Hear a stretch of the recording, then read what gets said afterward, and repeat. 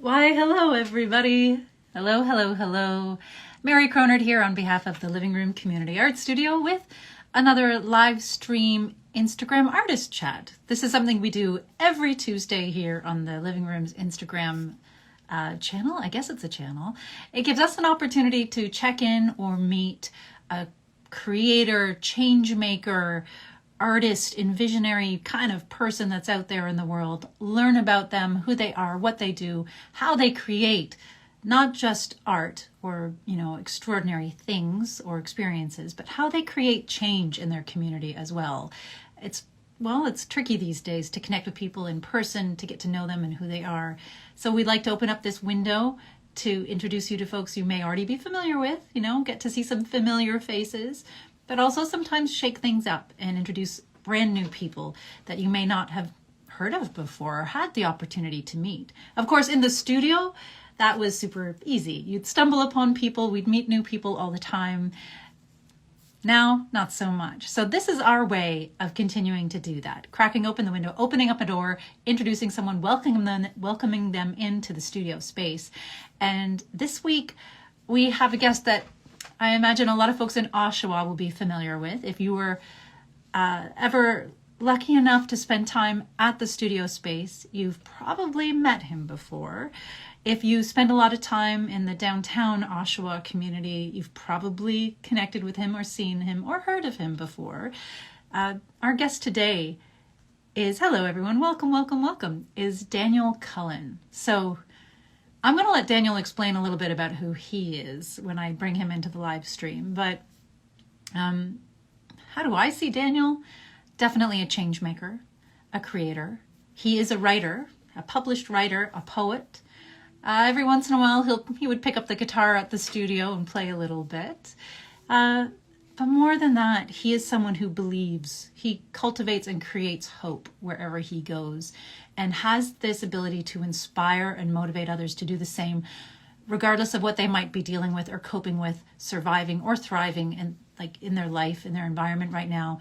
He, in some small way, I think has become a symbol to a lot of folks about how you can move through something and become somehow better for it, not letting it tear you down, but have it be something that helps build you up into the person that you want to be, that you know you can be inside.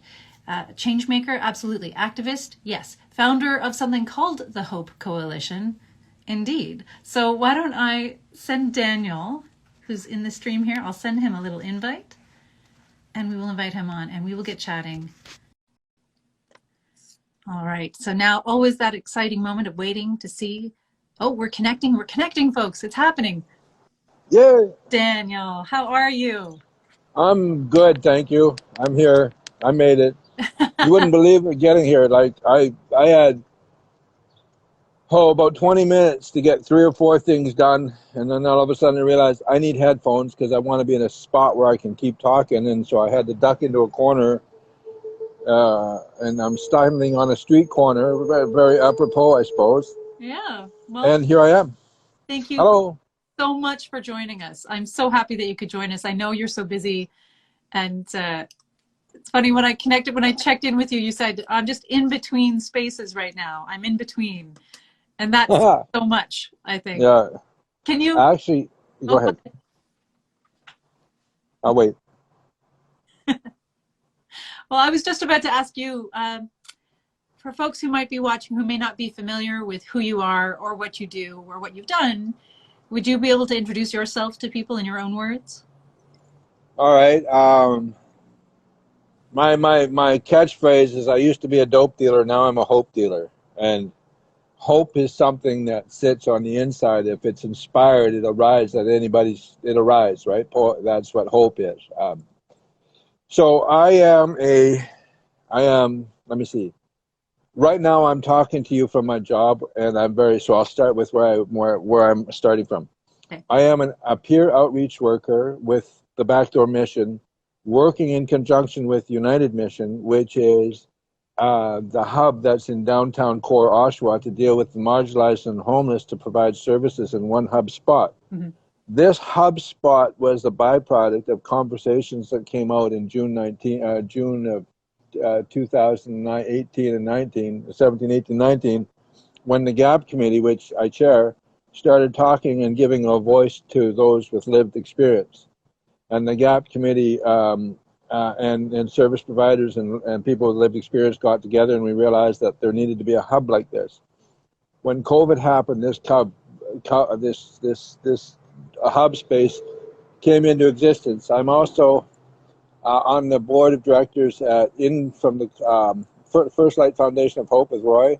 Okay. And I worked with making sure that we had an Out of the Cold program this year at New Life Neighborhood Center. We put 200 people, unique individuals, as separate individuals, not a whole bunch of people over and over again. 200 unique individuals in the 7 months that we were open.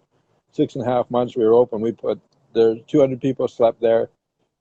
I run the food bank. I'm a preceptor of students, social work and nursing students. I'm a writer. I'm an author. I'm a madman gone straight.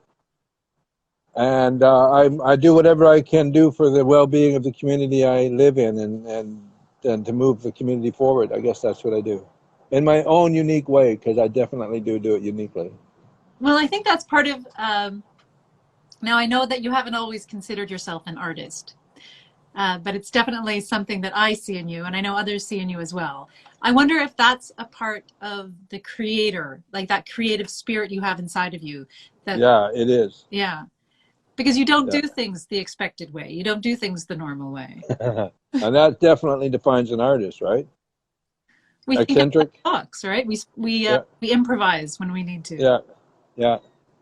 Visionary and creative. So yeah, there we go. That's me in a nutshell. And then some. And the folks, there might be people watching or listening who don't know what the mission is, or the Backdoor Mission or Mission United. Can you explain a bit about what they are?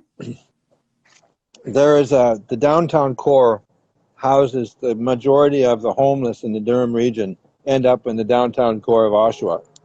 And while ending up in the downtown core, there's not always a lot of services available and accessible. So the Backdoor Mission was a hub, was a drop-in center for a long period of time.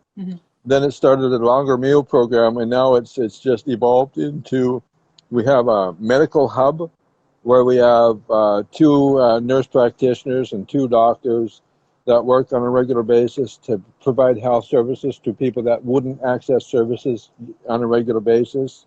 All sorts of wonderful work going on there. I can't say a lot because it's none of my. I'm not allowed to. I get in trouble. But the quality of work that's being done and the people that are being served is good. Then we have the mental health section. We have rest areas. We have 2 rest areas. We have social services. We have Pinewood. We have John Howard. And all these services work together in one, plus volunteers and a small staff of about 6 people. And we run and serve over 200 people a day come through the shelter system here on a regular basis. And we do outreach, and we look towards housing people through Durham Housing Retention Program. Yeah. We look at we've got a lot of people going into programs. There's people that you would never expect not to be using drugs and caught up in the streets are now off the streets and finding housing. People that you would know are now housed and actively working in the community. It's a dynamite little place. Yeah, I think, I know it came about because of the pandemic, but I'm hoping that even when things go back to whatever normal is going to look like, that it stays. I think what this has done is it's put the focus on the problem downtown, and now people that are in power are paying attention to the things that are being done and not being done. And the GAP committee is being able to step in and show the gaps more relevant, and we're getting things done. We have a web page coming. One of the most creative things I'm doing right now for the community of art, or creativity, is a multimedia platform. Not just a website, but a platform that includes a website. Okay. And it will be to collect a pool of stories of how people became homeless and their journeys with it. And it'll be unfiltered. It'll be focused, and we'll be careful about allowing rants and stuff like that. And that way it'll be edited, but we'll start creating a voice for the community, and that'll do two things. It'll give empowerment to those who can tell their story, because if to have your story authentically heard and validated is empowering. So that's one. And then the other part for the stories is people that don't really know will be able to identify and say, oh yeah, maybe, yeah, that could be.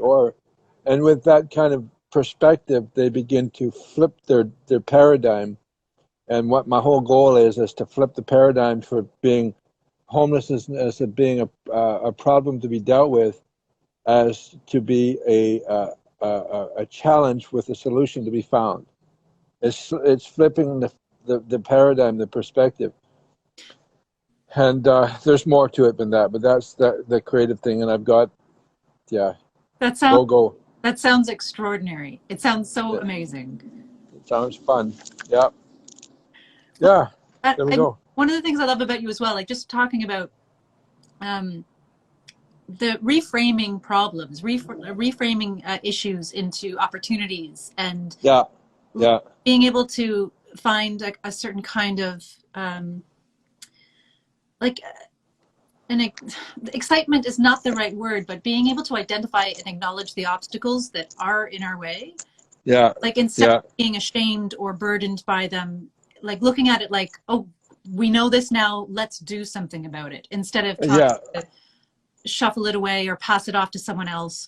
Like everyone's taking agency in this, because you know that's what happens when community comes together. It feels like it really can change. Well, there's service providers for a long time did serve the community by doing it to them. And when here you do this and this and this, if you don't do this, there's retribution. That's doing it too. And then they would decided, well, let's do it for you, and they say this is what you need to be done, and then they do all the work for you, leaving you still feeling incapable and you know. But a good social work program is when you work with, or social justice program is when you work with, when you come up beside the person and you walk with them and journey with them, and then the changes you make are together, and the rejoicing you do is together, because to watch the change in a person's life that basically is without feeling that sense of resignation and loss of hope, to watch a spark come in your eyes. I've watched a young person, I don't know how old she is, she's not as young as she used to be, but she went from being in a bad frame, a bad state under drug addiction, to work her way slowly back. And then in the next couple of days, she's going to a treatment program out of town. So those kind of things, when you're willing to work with the people, you know, you see things, but you get hurt too. You go into problems with the people, right? It's the greatest art in the world is to have the artwork of changing a soul, to changing a heart and molding it into something that they didn't even think they could find. The finding the David in a stone, you know, just helping someone chip away their problems until they find their David. And I think too, like once we have that skill, that ability, that knowledge that it's possible, and it's possible for everyone. There's not one single person out there where there's not hope, you know. You realize that, you know, no matter what comes your way, that you can do it again. It's not just a one-time ticket, or, you know, you can do it. Each one of us can do this. Asset building, community development, that ABCD thing. If you can start finding the assets in an individual and developing and supporting the assets you see in the person rather than the deficits that they have. Because when you watch a person's deficits and watching them work in it, it gets awful frustrating, and you get compassion fatigue, right? And when you get compassion fatigue, you get that cranky old social worker syndrome. Or, what do you want? What are you here for? But if we can work with seeing the individual and knowing that we're molding an individual and working with them, you're less cantankerous. You see the assets rather than the liabilities. I think one of the things over time in my own practice as an artist or with the living room has also been being changed, allowing myself to be changed and moved by people. So Yeah.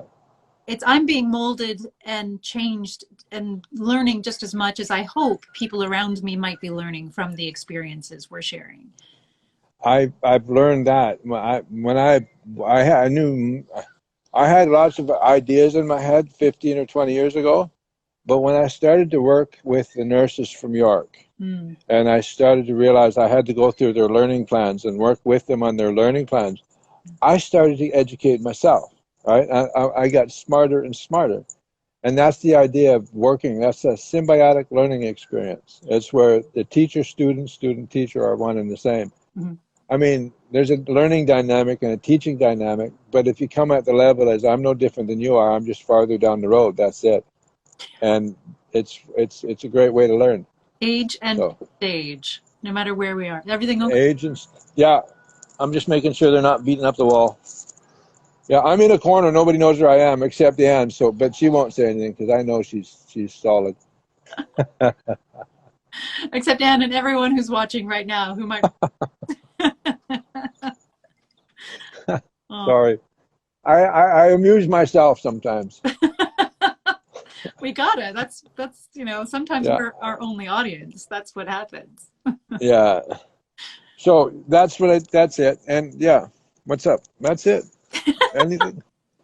So that's it. Just 100 million things that you've got on your to-do list that you're working on, that you're a part of.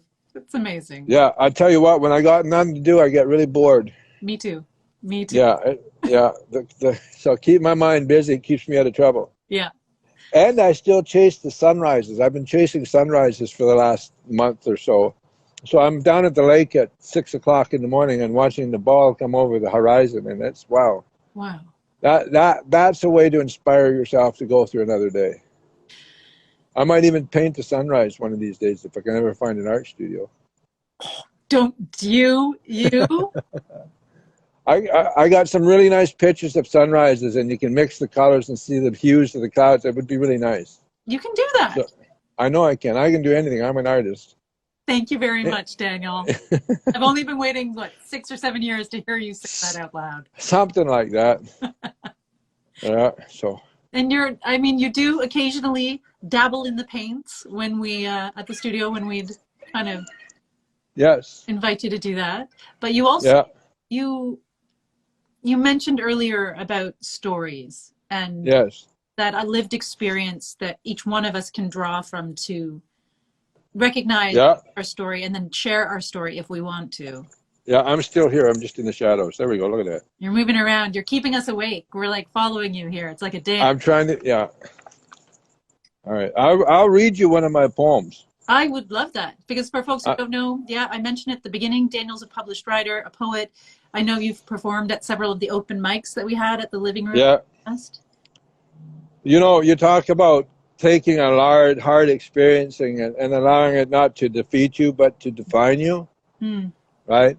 And I took a very bad place, and I've used it to define myself. One of the things I did, I had 60 journals at one time, that covered a period of about 8 or 9 years. Yeah. And I wrote myself out of madness. And so I'm gonna just a minute here. Don't go. I'm not going anywhere. I'm right here. You can put the phone down too. Should we? I know that some of your pieces can be very powerful.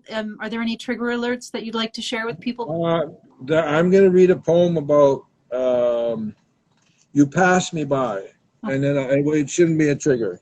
Okay. All right. This was written from my past experience. You pass me by. When you pass me by, I hear you say, "He is so dirty, how can he live that way?" I ask you to stop and think. Why are you so callous? Do you know what brought me here? To the curb on the street where I sit as you pass me by? I was beaten by life once. Got up, brushed myself off the dust, only to be beaten again. I went numb. I no longer felt the pain. Life became empty, meaningless, and vain. And here I sit, as you pass me by, and you never hear my silent cry, and you never see my invisible tear. But here I sit year after year, and you stare as you pass me by. What's the use? Why even try? What I lost my mind. Yeah, that was written after many years of living on the streets. Probably many years. Many hundreds of curbsides. Yeah. And now I'm about changing those curbsides. That's about as creative as I get. Visionary and creative. That's pretty freaking creative and visionary. Social artwork. That's what, I mean, all artwork is. It's not, if artwork is just about being pretty, it's not really worth that much, isn't it? It's got to move us. It's got to change something inside of us, right? It's got to tickle your soul, I call it. I love that. Or scratch your soul. Yeah. Lift so, yeah. soul, move, just moving something about our soul somehow, right? Yeah. Yeah. So that's what I do. That's who I is. That's fantastic. Yeah. Have you written anything? Have you written anything recent that you'd like to share with us? No, I don't. They don't allow me to write anymore. No, I'm kidding. I'm working. I've got nothing on this genre. I'm working on a few books. I'm rewriting my book. I'm doing a lot of things, but nothing I've written recently. I go home and sleep. At the end of my day, I go home and drop. I don't have time to write. But I've learned that I go through periods where I'm cultivated. And my insides are cultivated. My mind and my heart, that process of going through stuff cultivates your perception. And then when you write again, you write from a different perspective. You've turned up the soil. You've broken up the fallow ground kind of thing. Yeah. Yeah. That's a really, really, really important part of the creative process that a lot of artists get frustrated with. That you seem to be naturally integrated into your process. My creativity, nobody used to listen to me. They used to put me in jail, or they used to lock me up in a psychiatric ward instead of listen to me. Nobody knew how to listen to an angry voice, right? Yeah. So I've learned to communicate with me and think my way through me. And when I got it all figured out, and I turned around and I realized I wasn't as crazy as I thought I was, but the people that are around me are really mixed up. There are some really crazy doctors out there, let me tell you, twisted in their minds. But I'm learning to be less aggressive towards officials like police and authority and stuff like that, and doctors. I even work with a doctor and a nurse on a regular basis. So, Dr. Ho, actually. Yeah. He works out of the backdoor mission here. Lovely. Yeah, there's some amazing people working out of there. Some amazing people. Yeah. Yeah. Included. So yeah. I'm going to ask you a question about how you came to your art, like how you realized your artist self. Did you always know that you were a writer? Did you always know that? Oh, yeah. Did you grow up? No, I it's in my blood. It's in my veins. I've always liked music. I hated everything about school, but then I learned just to write in journals, and then I started to realize that I always have themes that I write in, and then I realized that it was just a vent. It was a tap at the end of my hands, and then I started to write. I still don't think I'm an artist, but when I get really creative, I can tell you, when I am an artist is when I want to do an inspiring poem to a friend of mine, and I want her to smile at me and enjoy. I can write some really good poetry. I'm a lyric. Art with an agenda. Yeah, they call me a lyrics man. But art is about expression of what's going on in the inside, and it can be creative. I like poetry. I've read. I mean, one of my favorite poems. Here we go. It's the Song of Solomon. It's this old. It's the imagery and the imagination. That's where I learned to write. I learned to write from reading Psalms, and so my poetry's run that idea two sentences, change over a sentence and an allegory and I don't know what I'm doing. I just make it look good. Well, I think something about it feeling good too, like feeling right. And you're the artist, the person who's creating is the only person who knows if it feels right. Yeah. Once you get that twinkle in your eye, you know that's gonna work. That's gonna get the oomph that you're looking for. And sometimes I write poetry for effect. My poem "Nobody," my name is Nobody. Yeah. I quote that poem for effect, and the effect is it's good because poetry is to stop to make you think, to adjust your reasoning, not to butterfly feelings and stuff like that. Nothing wrong with butterfly feelings, but I think there's room for everything in you. So when COVID is open, I'm looking forward to a mobile art studio. So am I. A mobile living room. It's happening. It's in the works. We're getting closer to finding the right vehicle. My knock on wood, I'm hoping that we'll have the mobile studio up and running for the summer. Oh wow, that would and there's 5 neighborhoods in the area. Well, hopefully we'll be able to go all over Durham region. Nice. That's nice. Right. And to start, it will probably be a little more limited in what we do, depending on where the numbers are with COVID. So it might just be simply like we can't wait till we can come to the Mission again and park and just distribute kits, like workshop kits, see people, wave, have those simple moments of exchange in a safe way. For example, the sense of community. That's one of the biggest things that COVID has done is destroyed the sense of community, especially when it comes to the marginalized. Yeah. Because the marginalized have nowhere to go. So that being able to sit down and do art, I know a girl that has hearing aids and can get really uptight when things don't go the way they should go. But I've watched her she comes here on a regular basis because this is the place where she likes to gather and be around people. And she says, she starts to color and it changes her whole demeanor. At the back door, at the in from the cold, there are people that we know that have been around that draw lines and straight lines and crooked lines and all sorts of lines. Yeah. But when they can't sleep at night, Empress, my friend that ran the program, she would say, "Do you want a piece of paper?" And give paper and calms the person right down. There's another girl that if she can't sleep, would just give her a coloring book. And so at the in out of the cold program, we had a little bit of art therapy going on too. That's good. Oh, yeah. To hear it. Well, it's one of those things we may not always be able to talk about things out loud. We may be able to put things into words, right? But sometimes we can put it in, let it out, explore it in other ways through like simple as filling a page with color, right? Just having that internal, you mentioned before, like building the relationship with yourself. That's what all kinds of creative expression art does. It builds the relationship we have with ourselves first, so that we know we have a greater awareness perhaps of what we want to say to other people. Your inner voice and your outer voice. Hidden voice, the hidden you. And then we have choice, right? That's when that's a really lovely way you put it there. The inner voice and the outer voice. It's when we begin to learn about boundaries and begin to learn about what's for ourselves and what's for others. Yeah, that's the truth. Oh, excuse me. That's okay. Is everything okay? Yeah, I just got to bend down out of the picture. It's not as easy to bend down as it used to be. So, well, can I call it short? Because I got to get back to work. I'm serious. All right then, but wait, before you go.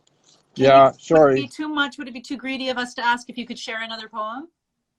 I'll do the classic. That way I don't have to read it and drop my book. I'm sorry to call it short, but my boss is going to get on my tail. That's okay. But this is important, and I made sure that I promoted the place where I worked while I was here. So if they say what was going on, I can say, well, I was promoting the Backdoor Mission. So there's always an ulterior motive to me. I'm as true as I come. My heart is as real as it is. But the hustle is never out of a hustler. That's it. And all artists are hustlers as well. So that's, again, that common ground, I think, between their Absolutely. I'll quote this and then and I am sorry. What time is it? It's almost 2:30. Yeah. I apologize for cutting it short. I have another meeting at 3 o'clock, and You're so I got it. fine, fine. Very important person. That's it. You have your publicist on hand helping you to the next meeting, I imagine. Yeah. I'm gonna start charging pretty soon. No. You should, as you should. Yeah.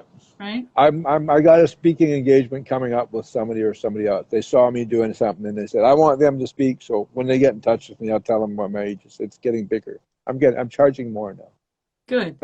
Anyways, I'll do my poem and thank you for having the opportunity to just share for a few minutes in the corner.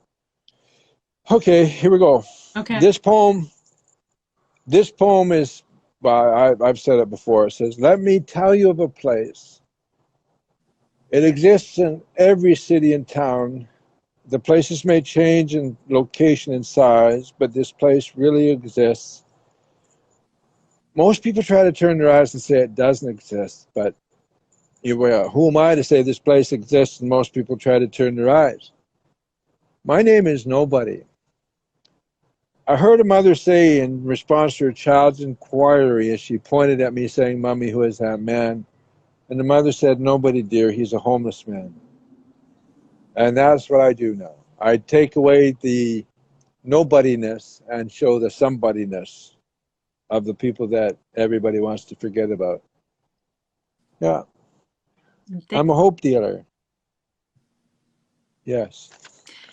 So Daniel, if folks want to get in touch with you, if they want to learn more about who you are, what you do, perhaps there might be people watching who want you to come and speak for them. How can they connect with you? Daniel _CJDS at yahoo.ca. Okay. I'm on Facebook too. I'm the good-looking guy on Facebook. Not all the other Daniels. I'm talking about the good-looking Daniel. That's me. Oh, Dan. Oh, no. Oh, no. We almost went through a whole conversation. What? How did that? Sorry. I forgot myself. Daniel, it's been an absolute honor and a privilege having you chat with us. Thank you so much for your time out of your day. Will you say hello to everyone over there at the Backdoor Mission United for us? I will. Yeah. Thanks and all, and I'm gonna go enjoy. Hi, Glenda. Have a good day. Bye, Mary. Bye, Daniel. Take care. Thank you. Bless everybody. One love. I'm hanging around at Rasta. Can you tell? One love. Bye. Bye, Daniel. Oh, wow, folks, thank you so much for joining us. I know it was a little shorter today, so folks are just tuning in now. You can watch the archive version to get the whole chat. Thank you so much to Daniel Cullen for being here with us and sharing his art, for sharing his heart, for sharing some knowledge about what it's like to be him and the amazing work that he's a part of in the community. If you do want to support this work, you know you can.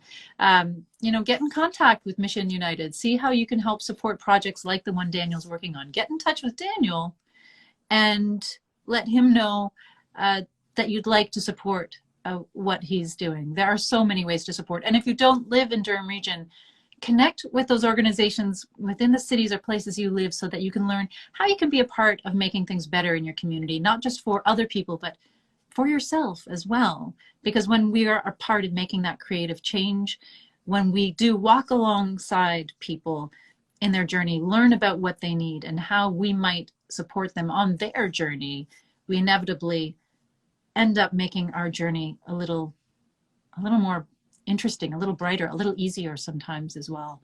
So let yourself be affected, let yourself be moved, and look and see what you can do out there. Again, I'm not the boss of you, right? But if when you were listening to Daniel, you got a little inspired, that's some information for you. See what you can do. And again, for Daniel's poetry, that's amazing. April's National Poetry Month, folks. So I think we're going to be seeing a lot more of that coming up, including an Instagram live stream performance this Friday, which will be April 2nd at 7 p.m. We'll be back here. Not this Friday, next Friday. This Friday? Yeah, I guess it is this Friday. Whew. We are having a live stream spoken word performance from guest artist Cass Myers. Super excited about that. That's April the 2nd at 7 p.m. So tune in here to see that. And there'll be a Q&A after the performance. So if you've got questions for Cass or would just like to hear some fantastically powerful spoken word, join us. I'll be here. Cass will be here. We're just going to be here hanging out, sharing poetry and stuff like that. But in the meantime, thanks folks for joining us. Thanks for being here. Thank you to Daniel and Mission United for letting us have him for a little bit.